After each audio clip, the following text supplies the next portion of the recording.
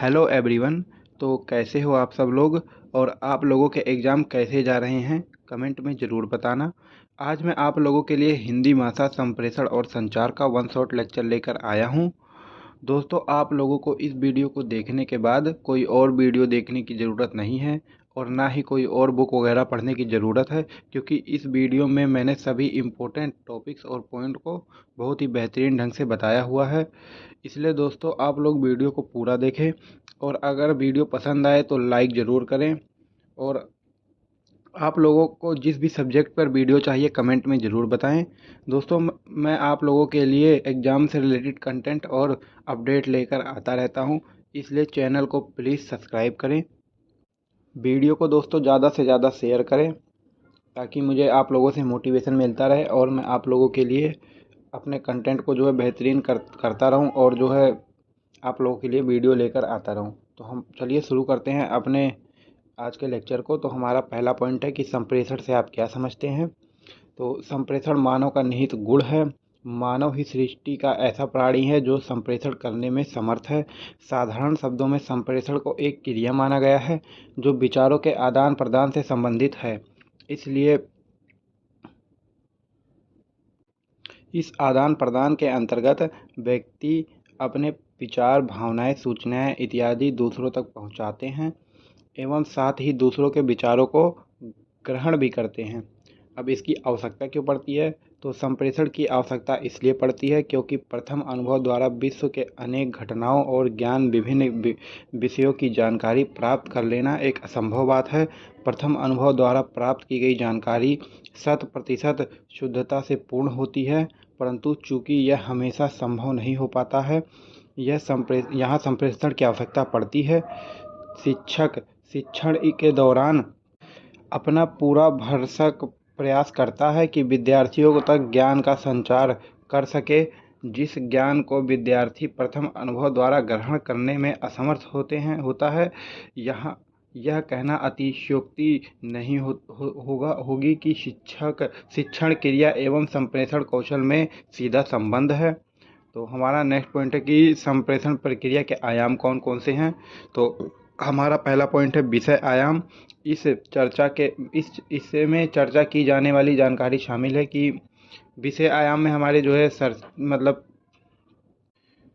इसमें चर्चा की जाने वाली जानकारी शामिल होती है। संबंध परक आयाम, इसमें यह पता चलता है कि कोई व्यक्ति किसी दूसरे व्यक्ति के बारे में कैसा महसूस करता है। मौखिक संप्रेषण, इसमें शब्दों, बोलने और लिखने के जरिए लोगों के बीच बातचीत होती है। संचार किसे कहते हैं, हमारा नेक्स्ट पॉइंट। तो दो या दो से अधिक व्यक्तियों के बीच सूचना और संदेशों तथा विचारों के आदान प्रदान को ही संचार कहा जाता है, अर्थात दो व्यक्तियों के बीच होने वाली बातचीत को ही संचार कहते हैं। अब संचार के प्रकार देखते हैं। तो पहला है हमारा मौखिक संचार। मौखिक संचार बोले गए शब्दों के माध्यम से विचारों और सूचनाओं का आदान प्रदान है। यह मानवीय संपर्क की नींव है जो व्यक्तियों के विचारों, भावनाओं और अवधारणाओं को प्रभावित ढंग से और तुरंत व्यक्त करने में सक्षम बनाता है। संचार का यह तरीका रोज़मर्रा की ज़िंदगी में भी ज़रूरी है, सहयोगों को बढ़ावा देने और रिश्तों को विकसित करने में महत्वपूर्ण भूमिका निभाता है। तो ये मौखिक संचार हो गया हमारा। अब हमारा नेक्स्ट पॉइंट है गैर मौखिक संचार। तो गैर मौखिक संचार में बोले गए या लिखे गए शब्दों के अलावा संचार के अन्य पहलू शामिल होते हैं। इसमें स्वर, पिच और शारीरिक भाषा जैसे तत्व शामिल होते हैं जो संदेशों को समझने के तरीके को महत्वपूर्ण रूप से प्रभावित करते हैं। अब हमारा नेक्स्ट पॉइंट है कि लिखित संचार, इसका अगला प्रकार है लिखित संचार। तो लिखित संचार में लिखित शब्दों के माध्यम से विचारों और सूचनाओं का आदान प्रदान शामिल है।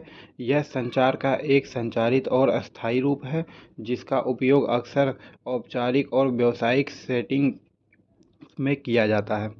तो दोस्तों, ये लिखित संचार में जो है लिख के जो है अपने भाषाओं को अपने विचारों को प्रकट किया जाता है और सरकारी दस्तावेज़ों में या औपचारिक दस्तावेज़ों में इसका इस्तेमाल होता है, जैसे लिखित रूप में जो भी होता है। तो इसी चीज़ को इसमें बताया गया हुआ है।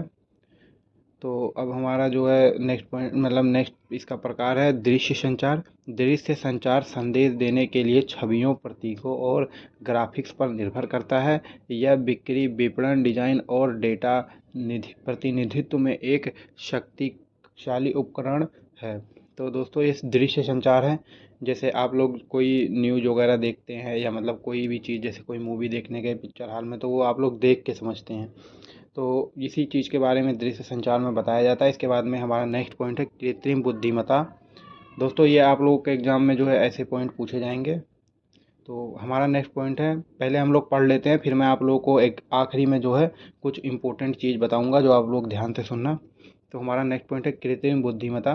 तो एक ऐसी तकनीक है जिसके जरिए मशीनें मानव जैसी सोचने और समस्याओं को हल करने में सक्षम होती हैं। और इसे आर्टिफिशियल मतलब इंटेलिजेंस भी कहा जाता है। यह कंप्यूटर विज्ञान की एक शाखा है। इसके लाभ देखते हैं। तो बढ़ती हुई कार्यकुशलता, इससे कार्यकुशलता में वृद्धि होती है। समय की बचत, इससे समय की बचत होती है। अधिक सुरक्षा, इसमें जो है सेफ्टी रहती है, सुरक्षा रहता है, क्योंकि मशीनें जो है ये डाटा लीक ने मतलब मशीनें जो हैं सुरक्षा प्रदान करती हैं। लेबर वगैरह जो रहते हैं उस तरीके की सुरक्षा नहीं प्रदान कर सकते जो मशीनें कर सकती हैं। इसके बाद में अनुकूलित निर्णय लेना। तो ये दोस्तों इसमें एक बार जो भी आप डाटा मतलब डाल दोगे उसी हिसाब से अपना निर्णय लेंगी, अपना निर्णय बदलती नहीं है ये। इसके बाद में भरपूर ग्राहक संतुष्टि। तो ग्राहकों की भी संतुष्टि होती है, क्योंकि जो है इसमें जो है मशीनों से चीज़ें बनती हैं तो उसमें काफ़ी ज़्यादा सफाई क्लियरिटी रहती है, तो इसी चीज़ में इसमें बताया गया हुआ है। और इसमें एक बार पैसे लगा देने के बाद दोस्तों, जैसे एक बार पैसा लगाना पड़ता है, इसके बाद में मतलब इसमें लेबर वगैरह की भी बचत हो जाती है, कि मतलब इसमें बार बार पैसा लगाना नहीं पड़ता है। एक बार पैसा लगा दिया तो जो है ये लंबे समय तक चलती है। अब इसके नुकसान देख लेते हैं। तो नुकसान है इसके प्रौद्योगिकी पर निर्भरता, यानी जो है मशीनों पर निर्भर होते जा रहे हैं। बेरोजगारी का बढ़ना, अधिक मशीनें आ जाने की वजह से बेरोजगारी बढ़ रही है। इसमें अधिक लागत आता है, यानी जैसे एक बार जैसे मशीन किसी को लगाना है तो उसमें जो है पैसे अधिक लगते हैं। अगर आप लेबर रखते हैं तो उनको जो है महीने दर महीने पेमेंट करना रहता है, तो उसमें कम पैसे लगते हैं। लेकिन एक ही बार में अगर आप कोई बड़ी कंपनी में मशीनें लगा रहे हैं तो उसमें बहुत ज़्यादा पैसा लग जाता है। तो इसी चीज़ को इसमें बताया गया हुआ। इसके बाद में हमारा नेक्स्ट पॉइंट है संवाद लेखन। तो संवाद लेखन को पहले दोस्तों इसको समझ लेते हैं, फिर मैं आप लोगों को बताऊंगा। दो या दो से अधिक लोगों के बीच बातचीत को लिखने का तरीका संवाद लेखन कहलाता है। दोस्तों आप लोगों के एग्जाम में कोई भी दो कैरेक्टर दे देगा और संवाद लेखन के बारे में बोलेगा कि आप इस चीज़ पे संवाद लेखन कीजिए। तो इसको जो है आप लोग जो है करके जाना प्रैक्टिस। इसके बाद में हमारा नेक्स्ट पॉइंट है डायरी लेखन। तो डायरी लेखन एक कलनात्मक क्रिया है। एक डायरी को हम अपने विश्वस्त मित्र की तरह मानते हैं, जहां हम अपने दुख सुख, विचारों, विमर्श और काम से की संबंधित गोपनीयता को बिना झिझक के प्रकट कर सकते हैं। डायरी लेखन हमारे मानसिक विकास और सृजन को बढ़ावा देती है। इस माध्यम से आप अपनी भावनाओं को उत्कृष्ट रूप से प्रकट करना सीख सकते हैं।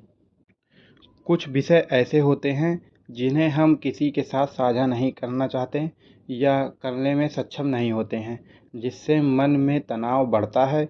इसका सबसे सरल साधन डायरी लेखन है, कि हम डायरी में लिख के जो है अपना कोई भी चीज़ जो है वो लिख के जो है अपने विचारों को डायरी के साथ प्रकट कर सकते हैं। तो यही डायरी लेखन में बताया गया हुआ है। अब तो डायरी लेखन बहुत कम हो गया, पहले के समय में डायरी लेखन बहुत होता था दोस्तों। तो हमारा नेक्स्ट पॉइंट है अनुच्छेद लेखन। तो किसी एक भाव या विचार को व्यक्त करने के लिए लिखे गए संबंध और लघु वाक्य समूह को अनुच्छेद लेखन कहते हैं। तो ये अनुच्छेद लेखन की परिभाषा है। इसके बाद में हमारा लास्ट पॉइंट ये है कि ब्लॉग लेखन क्या होता है। तो ब्लॉग लेखन इंटरनेट पर लिखी जाने वाली डायरी को कहते हैं। इसमें लेखक अपने विचार, अनुमान या जानकारी साझा करता है। ब्लॉग लेखन विचार, ज्ञान या मनोरंजन का एक माध्यम है। तो दोस्तों ये तो वो पॉइंट हो गए सारे कि जो आपके एग्ज़ाम में जिससे आपके एग्ज़ाम में क्वेश्चन आएंगे। तो मैंने वो सारे पॉइंट जो है इसमें बता दिया है। इसी पॉइंट से आपके एग्ज़ाम में क्वेश्चन आएंगे, लेकिन ये क्वेश्चन जो है सीधा नहीं रहेगा जैसे मैंने आपको बताया है। यही आपको घुमा फिरा के पूछेगा और इसी के बारे में आपको बताना रहेगा। और दोस्तों मैं जो है ग्रुप में, अगर आप ग्रुप नहीं ज्वाइन किए हैं तो ग्रुप, व्हाट्सअप ग्रुप ज्वाइन कर लेना जो है। उसमें मैं इंपॉर्टेंट टॉपिक वगैरह डालता रहता हूँ। जो लोग अभी तक वीडियो देख रहे हैं वो लोग ज़रूर ज्वाइन कर लेना दोस्तों, क्योंकि उसमें आपको काफ़ी बेनिफिट हो जाएगा। उसमें मैं इंपॉर्टेंट टॉपिक्स और इंपॉर्टेंट क्वेश्चन वगैरह पीडीएफ वगैरह जो है अपडेट करता रहता हूँ। तो इसमें वीडियो के डिस्क्रिप्शन में भी मिल जाएगा और चैनल के भी डिस्क्रिप्शन में जो है आपको व्हाट्सअप ग्रुप का लिंक मिल जाएगा, तो उसको जो है आप ज्वाइन कर सकते हैं। चैनल में जो है उसको, उसके द्वारा आप चैनल ज्वाइन कर लेना, और चैनल में जो है आपको ग्रुप का वो मिल जाएगा लिंक, उसमें आप ज्वाइन कर लेना, ताकि आपको इम्पोर्टेंट जो है कंटेंट वगैरह मिल सके। तो दोस्तों मैं काफ़ी दिन से वीडियो वगैरह इसलिए नहीं अपलोड कर पा रहा था, थोड़ा सा जो है टेक्निकल प्रॉब्लम आ गया था मेरे फ़ोन में, इसलिए जो है, तो उसके लिए मैं माफ़ी चाहता हूँ। और दोस्तों आपके एग्ज़ाम में क्वेश्चन मतलब इस तरीके से आएगा कि संवाद लेखन कीजिए। आपके एग्ज़ाम में कोई दो कैरेक्टर दे देगा, या अनुच्छेद लिखने को बोल देगा कि इस पे जो है अनुच्छेद लिखिए जो है, या जो है इस टॉपिक पे टिप्पणी कीजिए, ऐसे क्वेश्चन आएंगे दोस्तों। तो वो टॉपिक कोई सा भी दे सकता है, जैसे विद्यार्थी के ऊपर दे देगा, या किसी जैसे सैनिक के ऊपर दे दिया उसने, देशभक्ति के ऊपर दे दिया, वो टॉपिक आपको कोई भी दे सकता है। तो उसको जो है दोस्तों, आप कोई पर्टिकुलर टॉपिक तो ऐसे बताना जो है मतलब वैसे नहीं बता सकते, क्योंकि जो है दोस्तों एग्जाम में कोई भी मतलब टॉपिक दे सकते हैं उठा के जो है। बाकी आपके जो क्वेश्चन रहेंगे वो इन्हीं सब जो मैंने मेन मेन टॉपिक बताए हैं, इसी टॉपिक में जैसे जो है क्वेश्चन आपको पूछेगा जो है। कंटेंट आपको कुछ भी मतलब, टॉपिक आपको कुछ भी दे सकता है, कंटेंट आपका यही रहेगा जो है, कि जैसे संवाद लेखन बोल दिया, या अनुच्छेद लेखन बोल दिया, या टिप्पणी करने को बोल दिया, या ब्लॉग लेखन में क्या क्या चीज़ें शामिल होती हैं। तो ये सब दोस्तों आप लोग जो है करके जाना जो है। बाकी आप लोग अगर व्हाट्सअप ग्रुप ज्वाइन कर, अगर आप लोग इस समय तक वीडियो देख रहे हैं तो व्हाट्सअप ग्रुप ज्वाइन कर लेना, जिससे आपको बेनिफिट हो जाए। तो मैं आपको उसमें जो है सारे इंपॉर्टेंट कंटेंट वगैरह डाल दूंगा जो है दोस्तों, इसका पीडीएफ भी डाल दूंगा, आप लोग वहाँ से देखना चाहो तो देख सकते हो। उसके बाद में मिलते हैं दोस्तों नेक्स्ट वीडियो में। वीडियो पसंद आए तो प्लीज़ लाइक कर देना, और चैनल को प्लीज़ सब्सक्राइब कर देना, वीडियो ज़्यादा से ज़्यादा शेयर करें दोस्तों। तो थैंक यू दोस्तों, मिलते हैं नेक्स्ट वीडियो में।